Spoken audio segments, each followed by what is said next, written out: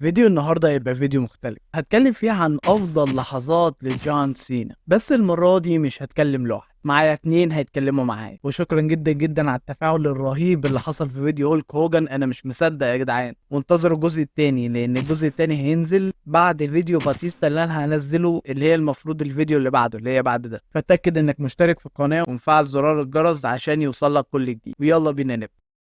طبعا اقدم لكم الضيف الاولاني وهو قناه دي كيو. You know me.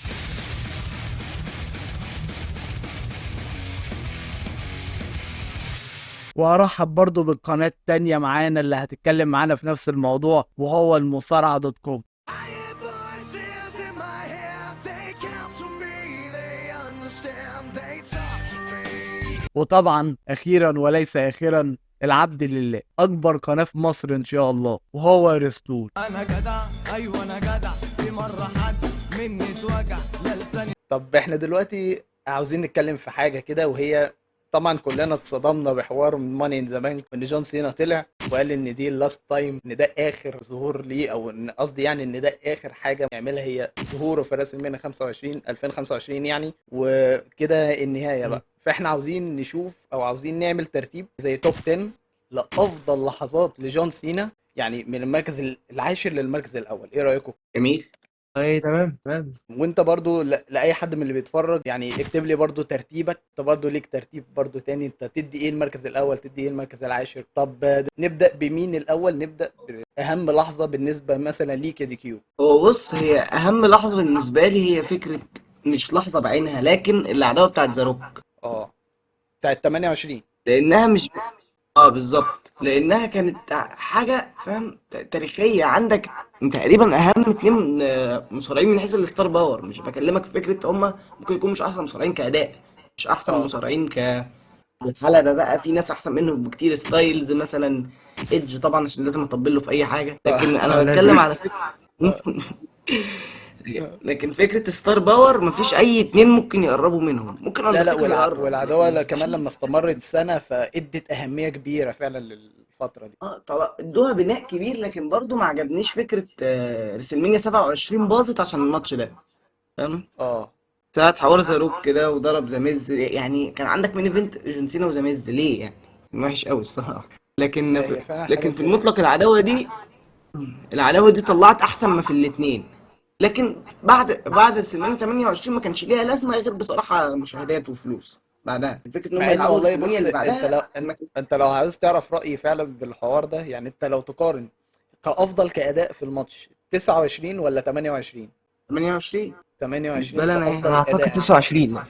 بص هو بصراحه انا انا شايف اعتقد 29 29 يا جماعه. لان الماتش كان ما بينهم سريع. 28 29 كان ماتش بطيء جدا. اتفرجت عليه على اليوتيوب لقيت اتعلموا ان من الاخطاء بتاعتهم. صح، بس هو بس هو كالعداوه اتعمل نفسها فكره، 28 صح. العداوه نفسها كان اه لازم فعلا. يبقى مثلا لو عايزين تحشروا سينا في اي حاجه في ريسلمانيا اللي بعدها كنت ممكن تخلي سي ام بان. طب ايه بقى، ايه اللحظه برضو، يعني هو العداوه بين جون سينا والروك، تنقي لحظه مثلا حصل ما بينهم او حاجه برومو حصل ما بينهم، يعني فاكر اي حاجه ممكن تعلم على العداوه دي؟ ده حاجه فاكرها قوي. مثلا حاجه واحده لو هنختار لحظه، يعني ممكن نقول تسليم الرايه اللي كان في اخر ماتش 2013 ده مثلا، لو هنقول يعني على لحظه بعينها. كانت لقطه حلوه يعني. طب نبدا دلوقتي بتاني لحظه معانا، وهي نبدا بقى بمحمد رجب. ايه افضل لحظه انت شايفها لجون سينا؟ بص، انا اول حاجه ممكن تختلفوا معايا عادي فيها، يعني حاجه غريبه شويه. لا قول انا ما هنحترم. كنتش حاضرها، قول. بس ساعه لما جون سينا رفع ايدج وبيك شو. كنت اه هقولها لا طب والله، والله كنت صدق هقولها. عارف، فعلا اللحظه دي حلوه، صدق فعلا يعني اللحظه دي بص حسستني كان في حته تانية. اه يعني هي بس اللحظه هو دي. بالنسبه لي اساسا مم. هو اساسا سبب ان اسمه ايه بيك شو يبقى في الماتش عشان اللحظه مش اكتر، لان المفروض كان يبقى ايدج وسينا في ريسلمانيا، كانت هتبقى احسن بكتير، فاهم؟ انا برضو شايف كده على هو فكره، بس عشان وهو اللقطه حتى هحط بيك يعني شو. الجمهور مل من بيك شو يعني صح. وكمان انا مش كده لسه عند وبس، رايي يا مش جماعه. انا لسه اه عند انا رايي، حاسس معاك. بيك شو عامل زي الميه كده، اللي ملوش لا طعم ولا روح ولا موجود وخلاص. اه لا بس يعني مش وحش قوي، هو ممكن يكون احسن عملاق دي في تاريخ الشركه، بس العمالقه مش ماشي حلوين اصلا، ماشي، اتفق معاك في فاهم؟ كده. بس يعني كاوفر اول تحسه كده اللي هو موجود، موجود وخلاص. كان هيطلعوا ايوه، جون الماتش سينا ماتش كان هيبقى فعلا كسب. الريت حلو. بتاعه اسرع. صح اه فعلا جون سينا كان كسب زي. عشان اللحظه، فاهم؟ لان اليمينيشن شامبر ايدج كان معاه اللقب وخسره في ريسلمانيا ورجع كسبه في باكلاش. هو بس يعني هو كسبان كسب لقب بعديها في ماتش. راس المنيا برضه. اه بعد راس المنيا. لا، مش كان بعدها باكلاش ساعة طب ماتش اللاست مان ستاندنج ده، ساعة ما البيك شو حدف اسمه ايه المحادثة ده في كشاف سينا. النور. دي لحظة برضو ممكن نتكلم عليها قدام. طب تمام. لحظة برضه اللي هو صدمة، اللي هو في ايه يا جماعة؟ مرعبة. لا لا مرعبة فعلا، فعلا. يعني انا لما شفتها على التلفزيون قلت ايه ده اكيد حاجه غريبه فعلا. انا عايز اقول لك ان هي نزلت على اليوتيوب على انها وفاة جون سينا وانا كنت مصدق، وايدج قاعد بيتفرج ما بيعملش حاجة، شايف جون اه سينا بيموت. الفيديوهات دي انا بص عارفها. بص انت لو جيت للحق، بص انت اه لو جيت للحق، لو اي بني ادم عادي اترمى في الكشاف ده هتقول ده مات خلاص فعلا، بس لا، ده سوبر الموضوع كان سينا يا باشا. ترند ان جون سينا مات، فاهم؟ اه كان حوار تمام. هتلاقيها جنب الفيديوهات بتاعت مات وفاة ايدي جريرو في الحلبة والجو ده. ده موضوع، اه الموضوع ده اوفر قوي، بتاع ايدي انا شفت جريرو ده 7 بيقول لك. فيديوهات بتتكلم عن الموضوع ده. وفي واحد منزل عليه آية قرآنية وبيقول لك ايه، آخرة اللي لا لا اتفرج ايه على يا عم ده. مصارعة مش للدرجة دي. ايه ده؟ طب احنا دلوقتي استقرينا على لحظة اللي جون سينا شال فيها بيك شو ايدج مع بعض. تمام. ادي ايوه تاني لحظة. تمام. انا بقى خش هكلمكم على اللحظة اللي انا يعني نبدأها بالدور. يعني انا هتكلم عن اكتر لحظة بصراحة حبيتها في جون سينا، وهي عودته في رويال رامبل 2008. اه دي بصراحة بالنسبة لي طبعا. التوب بصراحة، يعني هي اللي حببتني في جون سينا. هي فعلا فعلا فعلا مع هي من انه ما افضل كان العودات، خلي بالك. فعلا صح. يعني هي ما كانتش من، يعني هي مثلا ما قدمش اداء ولا حاجة، بس هي المفاجأة. حتى ما كسبش في ريس المانيا، ايوه صح. اه فعلا. اه يعني تعرف ان كان اساسا من مرتب ان هو مين تاني يا رب، كان جون سينا وراندي اورتن بس تريبل اتش دخل معاهم اضافة، ده على ما اه اتذكر، يعني على ما برضه اسمع. نفس مشكلة ايدج وسينا، نفس مشكلة. صح صح. يعني هي كانت هتبقى ماتش بين جون سينا وراندي اورتن في البداية. بس خلي بالك سيف، لازم التغيير يكون مطلوب، فاهمني؟ يعني اه مثلا راندي اورتون وسينا لعبوا ماتشات كتير، فلازم يحطوا حد كده في النص، أي- يعني يكسر شويه نوع الملل اللي ممكن يحصل في الماتش. بس اه فعلا، ويحركوا بعض معاك صح. بس برضه انت كان لازم ايه، تخلي سينا وأورتن يلعبوا مرة واحدة في ريسلمانيا على الأقل، تكون قفلة العداوة بقى، ولا ممكن تحصل دلوقتي يعني بالمناسبة. بص، مم. انت شايف ان دي حاجه غريبه؟ عايز اقول لك في 2006 ريمستيريو كان المفروض داخل كسب الرويال رامبل، ده راح ريسلمانيا، طلع له اه راندي اورتون ولعب في نو اوت على فرصته، وفاز راندي اورتون. طلع لك مره واحده تيدي لونج قال لك ريمستيريو هيبقى تريبل سيريت ماتش، معلش بقى معلش. مم. فاهمني؟ فهي في حاجات غريبه بتحصل كده من الشركه بمزاجهم. طبيعي. لا هي فعلا ممكن عشان التكرار، هم مثلا خايفين من حتة امم التكرار، فيقول لك دخلوا واحد تاني معاهم وخلاص. بعدين ده مش اي واحد برضه، فاهم؟ يعني تريبل اتش اللي انا اختلف معاه جدا بصراحة في إدارة الشركة دي لغاية دلوقتي. انا الصراحه لا يعني هو انا اتضايقت، بصراحة يعني اتضايقت. كويس. يعني كفاية الماني ان ذا بانك. لا لا، الماني ان واللي ذا بانك يغيظك ان قبلها طالع يقول لك في مفاجاه. هي في دي مفاجأة المفاجأة. فعلا. جبتش مثال يعتزل يا فاجر، تقول لي مفاجاه؟ لا، و- وفكرة انه حدث الماني ان ذا بانك في اقرب باسكت زبالة دي ضايقتني قوي الصراحة، لان عداوة درو اساسا ومين بانك مش عليها نار اساسا لوحدها، مش محتاجة. هيكرهوني في العداوة والله العظيم بعدين يعني. ايوه بالظبط. بس على الأقل كان خد الحزام أو حاجة، أو صرف الشنطة، أو ما كانش صرفها خالص، كان يا تشاد ما جيبل هو اللي يا باشا خدها. ما كانش، يا يعني باشا أحسن. كان دخل ده سين بانك وما خلوش يكسبها اصلا، يعني كانش حد تاني كسبها، وكان برضه اتدخل وعمل شغل وبتاع، بس كانت الشنطه تبقى موجوده. طب اقول لك على حاجه، اقول لك ايه اللي ممكن تبقى مفاجاه حلوه، ان مثلا درو ايه؟ ماكنتاير لسه هيصرف الشنطه، سي ام بانك يتدخل، وكده يعتبر ما صرفش الشنطه ولا حاجة. انت كده عملت ماشي، المفاجاه. حلوه دي برضه، حلوه دي فاهم انت، برضه. لا، بس ما خسرتش الناس. في حاجة أصلا، صح. في حاجة أصلا اه أنت تخليه هو طالع ياخد الشنطة، سين بنك يمنعه يرمي له السلم اه ولا حاجة. ايوه، ما انا بقول كده. ما سمعتكش والله، بس اللي هو ما خسرتش انت الشنطه يعني اه دلوقتي كنت ماني ان تديها ذا لأي بانك حد. والماتش والمجهود اللي عملوه كله ضاع فجاه حته سي ام بانك يعني يبقى بالظبط. متدخل. يعني أنا لما باشا سمعت دي، كونسبت الشنطه كله انتهى في نص العرض، يعني اللي هو في ايه يا بالظبط جماعه؟ لو كان عندك اي جي يعني أنا كنت بقول جي أوسو يا رب ما يكسبش، يا ريته كان كسب، اه والله اه والله العظيم يا ريته فعلا. كان يطلع منها شغل أحلى. طب دلوقتي عشان بس احنا تطرقنا في حته تانية، قعدنا نتكلم عن ماني ان ذا بانك قال لك اه حاجة وبتاع. تالتة خالص أصلا. طب بص، احنا دلوقتي جبنا 3 لحظات لجون سي، تمام. اللحظة تمام. الرابعة هتبقى دي كيو. ابدأ كده نقي لنا حاجة. عندك حاجة بديهية جدا، اه الروسلس اجريشن بتاعت كيرت انجل، اه اللي اللي هو هو اول ظهور لي لجون سينا. الديبيو بتاع جون سينا. هو يعني جون سينا ساعتها كان مصارع يعني بير سلم يعني، وتقريبا ما نجحش بعدها، بس فاهم بنى يعني للعصر الروسلس اجريشن، وبنى برضه عملوا ماتش حلو ساعتها على ما اتذكر يعني. اه صح. بس كان نفسي بقى، كان بنقول ايه، كيرت انجل كان ماتش الاعتزال بدل بارون كوربن يبقى ضد سينا، فاهم الفول سيركل زي ما بيقولوا، لفت وجت يعني ايه، زي ما بدأ زي ما انتهى يعني. يعني هي اللحظه الظهور الاولى لجون سينا.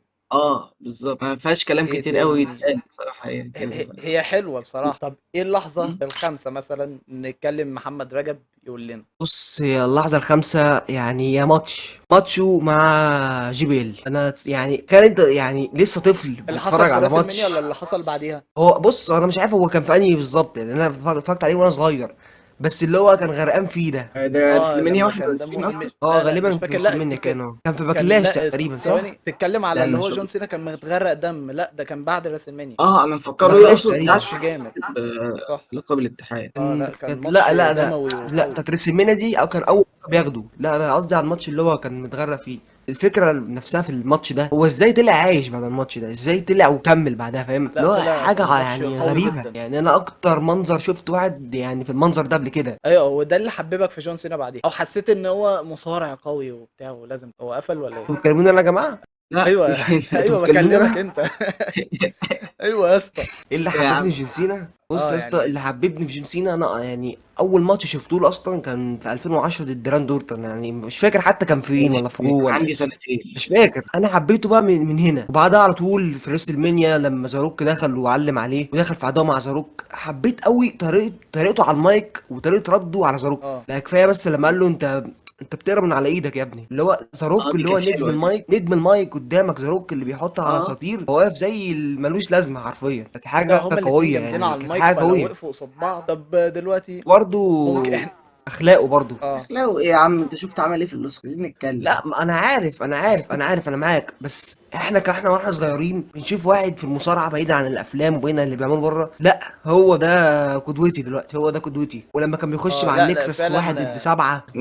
بالمناسبة الماتش ده كان كارثي اساسا.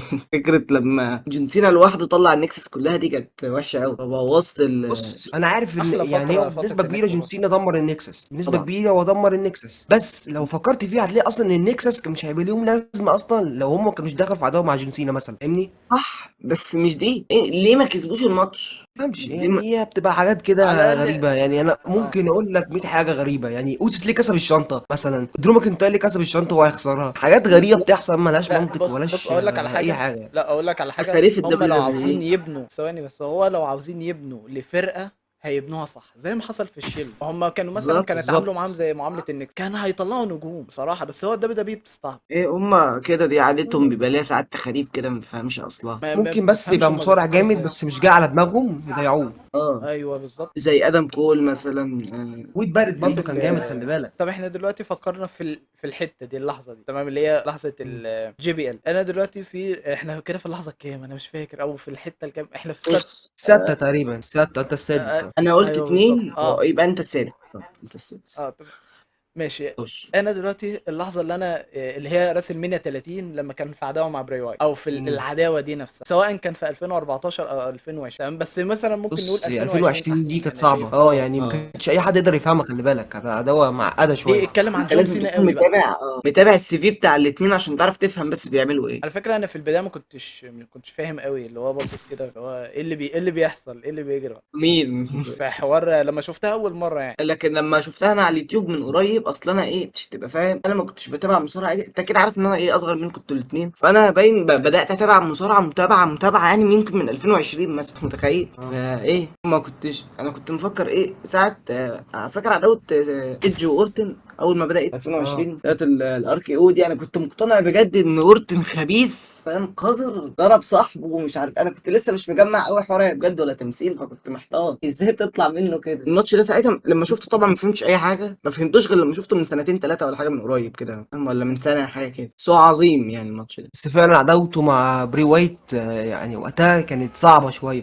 أنا مرة واحدة لقيت جون سينا بعيد ده مشهده مع كيرت أنجل، حاجات غريبة بتحصل. وبيلعب معاه لعب اعصاب. اصلا اكتر لحظه من اللي حصلت في جون سينا وبراي وايت هي اللحظه اللي انا شايفها توب بصراحه، حلو. حلوه قوي. حلو. طب يلا بينا نبدا على دي كيو اللحظه السابعه. بص، هي دي مش لحظة قوي على قد ما هو ماتش، كان يعني حاجة كانت صدمة. اه هو جون سينا ما كانش يعني لامع قوي في الماتش، بس طبعا ماتش كل ما اشوفه لما اجي اسجل او مش اشوفه، يعني كل اللي يجي في دماغي وانا بسجل لازم اتكلم قد ايه ان جون سينا بهدل الماتش ده، يعني مش بقول جون سينا خسر اه خسر، يعني المشهد كان صادم يعني. طب تعرف والله العظيم يا دي كيو بجد، انا كنت عاوز اعمل فيديو ليه بكره بروك ليزنر، بس خايف من الجمهور، خايف من الناس تشتمني عندي. بالظبط. لا انا اقول لك على حاجه، اقول لك على حاجه. لان خلي بالك انا انا لاحظت فعلا ما ان ناس بحبش كتير ما بروك ليزنر بتحبش قوي. في ناس كتير ما بتحبوش، خلي بالك. بجد بص والله. انا مش بحس ان هو غشيم كده مبالغ فيه وما بيهتمش للمجال بصراحه، فاهم؟ دماغه لا، شايف جاذبه، ان فاهم؟ المصارعه سبوبه، شايف المصارعه عباره عن سبوبه اصلا اه عادي، اللي هو بالظبط هلعب ماتشين بالظبط يلا بالظبط. بينا. بس هو ما حدش ينكر ان هو اسطوره طبعا، بس برضو انا يعني لا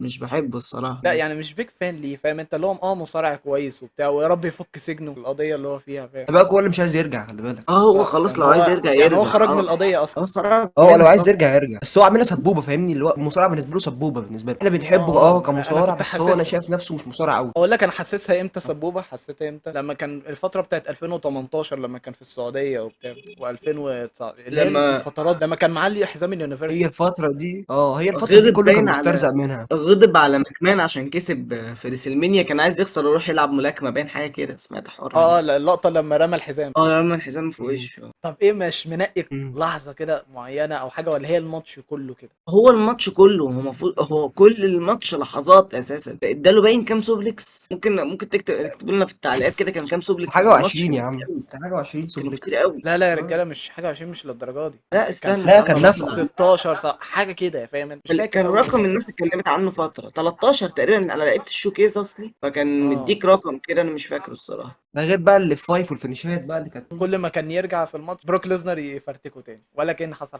تحس ان هو بالظبط. 16 سوبلكس، اهو على النت بيقول لك 16 سوبلكس. تعال نشوف اللحظه الثامنه معانا، وهو محمد رجب هيقول لنا بقى. بص هي برضه مش لحظه قوي، بس هو برومو لازم نعترف بيه. اه برومو جون سينا مع رومان رينز في 2017. يا لهوي، تعرف انا لما كنت بتفرج كنت ميت من حلوة الضحك. قوي الاختيار. برومو ده حرفيا. انت عارف ان انا اكثر كارهين رومان رينز. بص اه انا عارف قدرات جون سينا على المايك، انا عارف ان هو هيجلده. اه انا عارف ان هو هيجلده على المايك، بس فكره بقى ان شاف رومان رينز يعني في حاله اللي هو انا ايه اللي جابني، والتاني عمال يديله طب يقول له هل ده انت كان انت خارج انت ما السيناريو عملتش. معقوله يعني هو كان خارج السيناريو، ولا هو ده فعلا رد فعله بص الحقيقي؟ هو مش خارج السيناريو. لا هو ما طلعش خارج بص السيناريو، اتكلموا عن الموضوع. هو مش خارج قوي، بس هو في السياق، بس جون سينا زود من عنده حاجه، فاهمني؟ مم. بطريقته وصل يعني كلامه للجمهور ان جون سينا ده مش نافع، ان رومان رينز مش نافع. ولا انا جيت عشان انت مش عارف تأدي شغلك كويس؟ بالظبط لو انا كنت يعني اتكلم في بعيد حاجات وجيت حقيقيه عشان انت فعلا. مش عارف تعمل حاجه. البرومو ده اثر جامد، يعني اثر جامد، ويعني لغايه دلوقتي رومان رينز تلاقيه فاكر انه اتحط عليه، يعني اكيد مأثر في نفسيته لغايه دلوقتي. هو رومان اللي وحش قوي على المايك زمان. كان لسه اصل جديد وبتاع، ما كانش يعرف حاجه. قبل الترايبل شيف ما كانش بيعرف يمسك حديد. يا عم كفايه رياكشناته غريبه، يعني اللي هو انت يا ابني انت فيس يا ابني، انت ايه الضحكه اللي بتضحكها دي؟ ليه يا يقعد عم؟ يخمس ويضحك وكده، انا لسه لا لا، عامل كل ما بيضحك بيستفز اكتر، يعني فاهم انت؟ ريواتش الماتش ريسلمانيا بتاع رومان وبروك، عشان ايه كنت بعمل عنه فيديو، ايه القرف ده؟ مم. انت ليه عمال تبتسم بعد كل اه ضربه كده بتعدل يا كان هو بيزغزغك غريب ولا قوي. ايه؟ يعني اعمل زي كودي، كودي بيعرف يعمل فيها اندر دوج حلو. اتأثر شويه، اتدمع لك دمعتين. يا اخي يعني لا كوجي ده مش داخل دماغي على المايك خالص. اي حد يداله 5 جنيه ولا 10 لا، هو بس لو يبطل حوار ابوه ده فعلا يعني انا فعلا ان هو بيتاثر لابوه مش وكده، بس ابوه الشخص التالي. مش ابوه تحسه وهو بيتكلم بيتمايع على المايك. فترة لما كان فيها في عداوة مع الروك ورومان، بروموهاته تحس ان هو بيتكلم مش عارفة ازاي وبتاع. اه لا يا اسطى، بلاش احسن افوره يا برومو. اسطى، انت المفروض بتتحدى اه اكبر واحد في الشركة. العداوه دي كانت احسن عظيمه. برومو لما شتمه. يا جدع وزاروك، في ريحتي يا اخي. ده في اني لما شاف. بص، زاروك انا مش بطيئه تمام لاسباب طبعا خارجه عن المصارعه، عمل عظمه بصراحه ساعتها. لا وفي حوار اهم يعني، بس القنوات دي مهمه الصراحه برضه، مش عايزه تطير، تمام؟ بيضحك على بص، الناس وبتاع. هو زاروك اساسا يعني اللي منجحه الكاريزما بتاعته، فاهمني؟ حقيقه دي هو اللي مش جايبه قوي مصارع، مع الناس، انا مش معاك. اه اداء. جدا. بس بالظبط هو يعني صهيوني ابن مش عارف مين، بس بس يعني خلينا متفقين ان هو عايزين احنا بيعمل عداوه حلوه متعك. هو جامد في الحته دي، هو وانقذ جامد في موسم الحته. ريسلمانيا، انقذ موسم ريسلمانيا خلي نوعا بالك ما. صح، تخيل العداوه كانت بين رومان وكودي بس ما كانش هيبقى لها طعم اصلا، اللي هو اصلا لا رومان كانت ما هتبقى بيظهرش حلوه، بس وحاجه. هو كانت هتبقى حلوه بس هو اداها حته كده، فاهم؟ غيرها. بص كانت هتبقى شبه الريسمين اللي قبلها، اللي هو كانت هتبقى مفيش تكرار. احداث قوي يعني بس. بنز ما كانش بيظهر في العداوة دي، حسيتها عداوة بين كودي والروك اكتر. كودي وروك، تحسها كده. اللي هو وروك الرومان رينز اللي اللقب هو اصل والماركه. العداوة مش موجود او ما بيكونش موجود مم. قوي، فانا دي كان كل لا هي اعتراضي عشان بصراحة. فكرة ان الروك غطى على رومان جامد. ده ايه ده؟ بالظبط. انا باصص اللي هو الروك هو اللي في العداوة، هو الاساس. هو رومان صح. اتطور بس. بالظبط الاتنين غطوا على رومان، فاهم؟ رومان كان اقل واحد في التلاتة. ما ده اللي مضايقني، فاهم انت؟ لا حيث وهو اكتر واحد البداية. اتضرر من الموضوع. مع ان الحوار كله عليه هو، على الحزام بتاعه. بس كانت فترته لازم تخلص. صح. اه فترته كانت لازم تخلص، ودي احسن طريقه تنهيها بيها الصراحه. كانت فتره عظيمه بغض النظر بقى، يعني اللي يقول لك حاجه غير بالظبط. كده بصراحه اختلف معاه. يعني فيها مشاكل طبعا وحاجات اي بالعدد الناس يعني، كانت عاوزه تخلص. بس كويس. بس هو يعني عرف يعمل فترته، عرف يظبطها صح. عظيم. حتى يعني لحظة خسارته للقب كانت لحظة، فاهمني، هو لحظة كبيرة. ما هو بقى بالنسبه عشان لي احسن يخليك لحظه تحس لحظه في بالحته دي، سيماني. فاهم انت؟ بالظبط عندي فعلا. في القناه فاهم، بس لا هي ايه. بص، انا هي بس مش الافضل، عايز بس انبهكم حاجة يا بس رجالة. تاخد مرتبه عاليه. هي مش الافضل قوي، بس تاخد مرتبه عاليه. عايز انبهكم حاجة يا رجالة، عايز انبهكم حاجة، احنا ايه بنتكلم على جون سينا. يا سلام. اه فعلا صح. هو احنا وصلنا لفين؟ انا ما اعرف. لا هو انت دي كيو، انت قلت بتاع ده، قلت لحظه. كانت ماتش بتاع اسمه ايه ده، بروك ليزنر. بروك. طب تمام كده. محمد رجب. انا قلت بتاعت البرومو ده دورك. البرومو بتاع رومان رينز. انت داخل على التاسعه، انت داخل انت التاسعه. التاسعة، ده انت التاسع اهو. ايجي ستايلز. جميل. اه في يعني العداوه ما بينهم كانت حاجه جامده بصراحه. اي. والاداء. البروموهات اللي كان بينهم وخد وهات كانت حلوه، والماتش بتاع سمر سلام حلو. بالظبط الماتش كان حلو جامد. جدا. ولا وبالذات اللحظه اللي كان فيها كان بيبص على ايش ستايل بقى، اللي هو ايه، اللي هو مش قادر عليه، فاهم انت؟ عمل له الاي مش عارفه من تالت حبل مش عارفه اللي ازاي، هي وايجا ستايل ما عدش. الدبل اي فاهم تقريبا. انت؟ فاللي هو جون سينا اه مصدوم. صح ايه؟ بيسموها الدبل اه اي او حاجه كده تقريبا. ما علينا يعني، الدبل كمل. اي دبل هو اي. بيعملها مرتين ورا بعض. اه بيبقى ليها اسم اه كده بس مش فاكره الصراحه. بس هي حاجه زي كده يعني. حاجه في الرينج ده كده. هي دي اللحظه بصراحه اللي انا مختارها، وكانت حلوه. تحس فعلا ان هي بتهدد عرش جون سينا، فاهم انت؟ اللي هو خلاص، اللي هو مش هو الافضل. حاسس خلاص ان ايه، فاهم انت؟ اللي هو في احسن مني. ان هو انتهى. امم صح. وبرضه ساعة لما قعد على الكورنر وخسر دي كانت حاجة صعبة لحظه. شوية. اه ما هي دي بقى اللحظه اللي انا منقيها. هي دي مم. اللحظه اللي انا شايفها فعلا كويسه.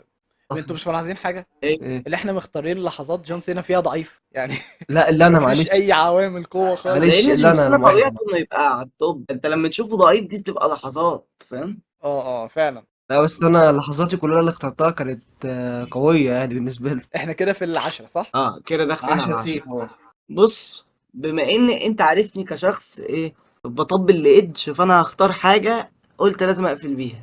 بص هي مط الكاش ان بتاع ايدج في نيو ييرز ريفولوشن على سينا. تمام. دي اشرح افضل لي لحظه سينا دي. لايدج، مش افضل لحظه لجون سينا. ما جون سينا موجود في الحدث. انت جايب لي اكتر وقت كان جون سينا مفشوخ فيها الواد خلاص. كان بعد الماتش اه الواد ده مزوق بالظبط. علينا، خلي بالك. مزوق علينا الواد ده. انا جاي ايه احسن سمعه ايدج هنا بس فاهم، ده هدفي يعني في الحياه. بس خليها خارج القايمه خالص الحته دي.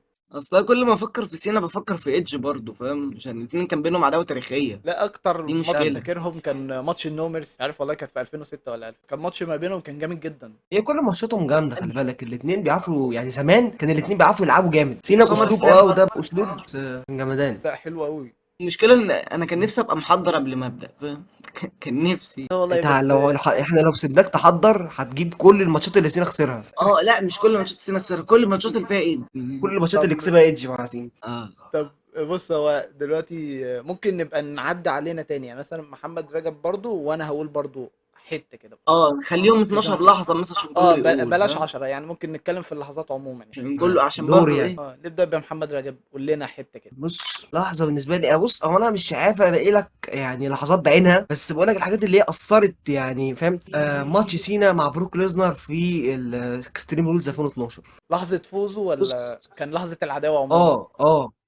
هي فكرة بص انه جبت العداوه جامده. هي العداوه جامده والكل كان حاسس ان سينا هيخسر، اللي هو اصلا عمره ما كسب على بروك ليزنر فاهمني، اللي هو يعني وكمان بروك ليزنر لسه راجع، فكانت حاجه يعني غريبه. والماتش بروك ليزنر عاجم فيه سينا بطريقه، تلاقي سينا في الاخر عمل له ايه على السلم الحديد وبيثبت.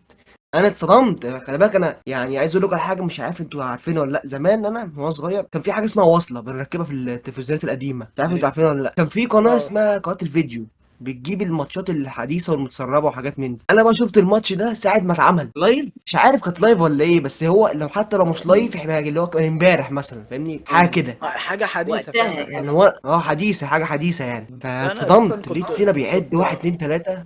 انا ساعتها كنت 4 سنين فما اقدرش اتذكر اي حاجه يعني. لا هو ابتدى، انا كنت مبهور اساسا بقناه المصارع لما كانت على الدش.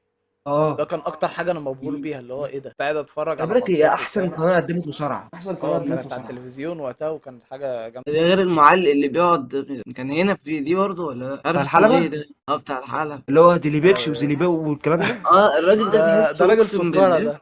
طب يا اسطى انت رايح اه تعلق بسرعة وانت مش فاهم فيها ايه؟ بس خلي بالك يا كلم مع ده الناس، كلم مع الناس وقتها. بس شوية قوي. احترام انا كنت لأم بحب المجال اتفرج عليه شوية. حتى لو مش بيقول حاجه صح، بس انا كنت بحب بالظبط اتفرج عليه. بالظبط. واللي يجي انا على كنت سينا كانه جاي بتابع عليا انا مصارعه. بالظبط، فاكر انت الحته دي؟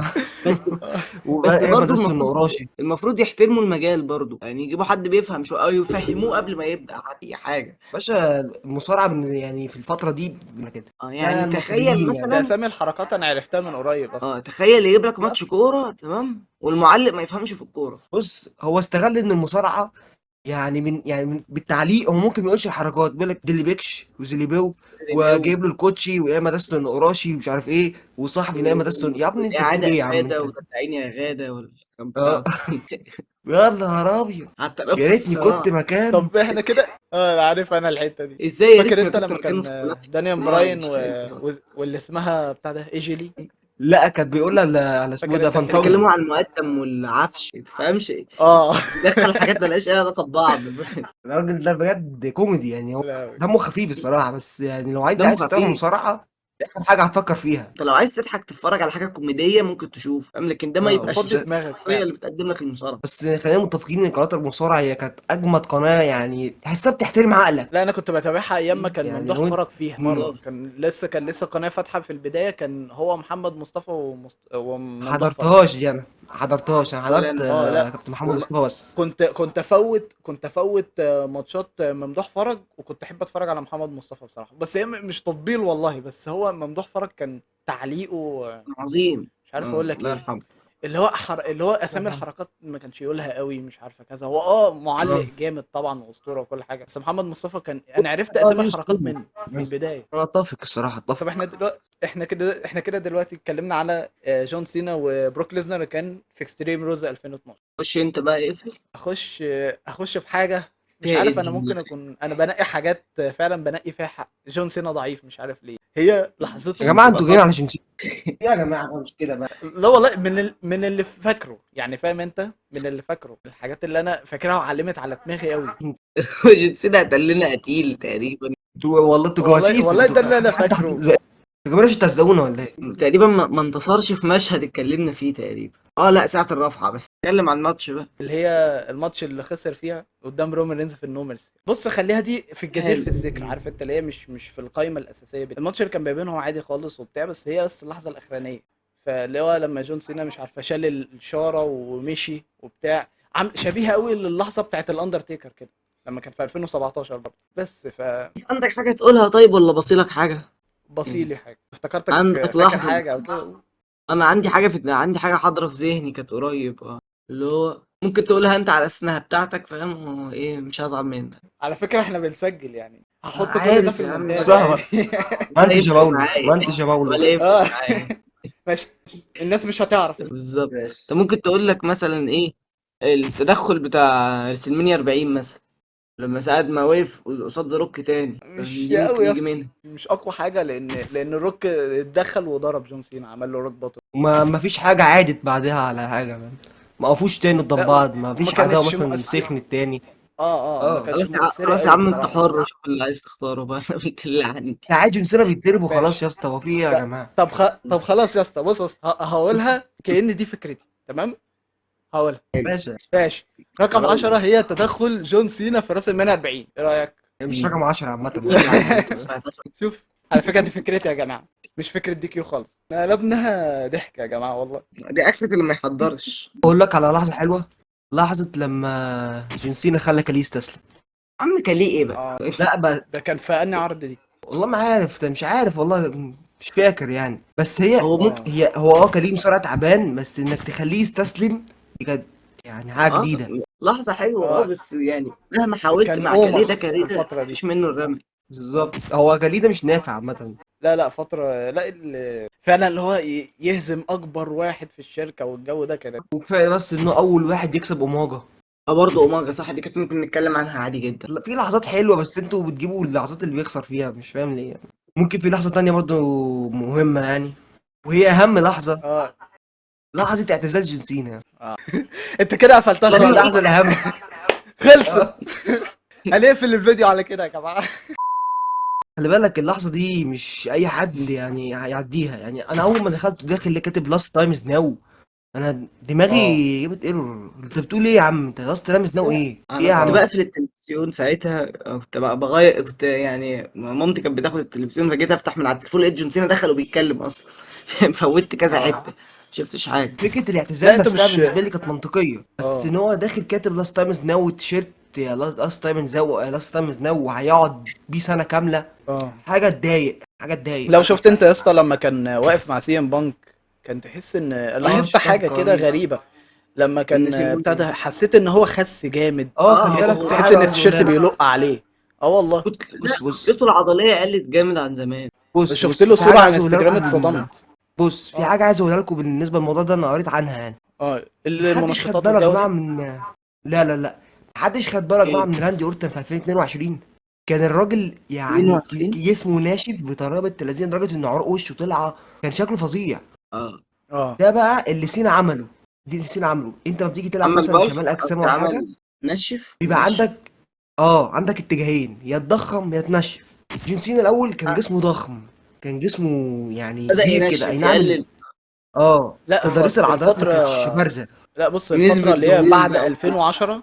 لا انا لاحظت حاجه، الفتره اللي بعد 2010 حسيت ان جون سينا كتلته العضليه كانت كبيره قوي. اه كان يعني ليه او فترة اه تحس ان كده كان هو كان شبه بيضخم. التلاجة، بسم الله ما شاء اه الله يعني، ضخم قوي كده. هو بقى لما بدأ يمثل بيعمل زي كل الناس. الجسم بتاعه ده هيخليه يتحصر في ادوار معينة، او في ادوار مم. اللي هو الاكشن بس. لازم يعني يخسس جسمه ونشف جسمه، يعني عضلاته بقت بارزة اكتر بس صغرت عشان يليق على اي دور يخش فيه، فاهمني؟ ايه ده؟ يعني ممكن ما يكونش سببها المنشطات فعلا. طب ما اقول لك على حاجة ذا يعني روك انا كنت دلوقتي هو فاكر ان هو معترف جسمه بنفسه عشان انه بياخد كشف منشطات. فخلاص. لا وفي لا ناس يا كتير اسطى، اي بياخدوا حد منشطات ممكن يرجع. بالمناسبة. اي حد ممكن يرجع، خلي بالك. يعني مثلا راندي اورتن كان جسمه زي ما اقول لك كان ناشف وصغير، فجأة لقيته مره واحده رجع في سيرفايفر سيريس مضخم وجسمه ضخم اه عادي. صح، وايج ستايل رجع وهو مضخم جامد. اه لا ايجي صح. ستايلز رجع رهيب. تحس ان حقيقي. كتلته العضليه لا كبرت قوي. في ايه يا عم؟ في ايه يا اسطى؟ في إيه؟ صلي على النبي. وبرضه مثلا يا ممكن ريته نقول خد ايه، حاجه يا اسطى. اه ممكن لا ما نقول الحاجات دي بتخليتني اشك فعلا، اللي هو انتوا بتعملوا ايه ولا بتاخدوا ايه. ايدج عمره ما كان فورمه غير زمان، كان بياخد استرويد زمان وهو اعترف وبطل، ومن ساعتها تحس ايدج ايه دهن كده في فتره، فاهم؟ في مم. 2020 رجع فورمه كويسه جدا بالنسبه اللي هو عمره ما كان فورمه اصلا في حياته، فورمه طبيعيه يعني. لو حتى لما كان في عمره الاي دبليو كان بيلعب كأنه شاب وبتاع حلو. جميل يعني، عنده شغف آه رهيب. اه اللقطه بتاعته الاخيره دي كانت صعبه يا جدعان، لما نط من فوق القفص يا دي. عم انا اقسم يعني بالله مش اي اتفرجت عليه، يا اه رب ما تموتش نفسك. مش اي مصارع وكنت شاب بيعملها، خلي بالك. المصارعين الشباب يخافوا يعملوا كده، اي حد يخاف يعمل كده بالظبط، اصلا. تفهمش هو عارف انه هيتصاب، خلي بالك هو عارف انه هيتصاب لما يعملها. يعني نطة مستحيل هتطلع منها سليم، هتلاقيه برضو سنة وهيعتزل.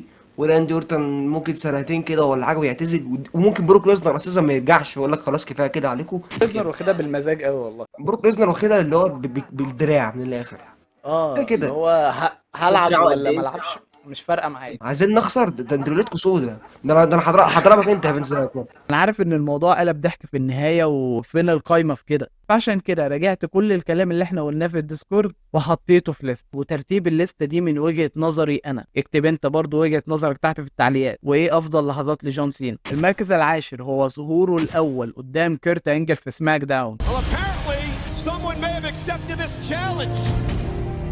Ruthless aggression. المركز التاسع وهو فوزه لاول مره بلقب الولايات في راس المنيا 20 من قدام البيج شو. Look at Cena! Connect you! John Cena! The cover! ماتشه مع جي بي ال، الماتش الدموي اللي ظهر فيها جون سينا بشكل قوي. Quick! Quick! Oh my God! عداواته قدام راندي اورتن اللي كانت كلها لحظات بصراحه. المركز السادس لحظه جون سينا لما شال البيج شو ايدج وهو شايلهم على ظهره في لحظه رهيبه، لحظه تسليم الرايه بين الروك وجون سينا في راس المانيا 29. اللحظه اللي كان فيها جون سينا على جنبه وما كانش عارف يعمل ايه قدام ايجي ستايلز في السمر سلام 2016. اخيرا المركز الاول بالنسبه لي، وانت برضو اكتب تحت في التعليقات المركز الاول كافضل لحظه لجون سينا، هي ظهوره رويال رامبل 2008.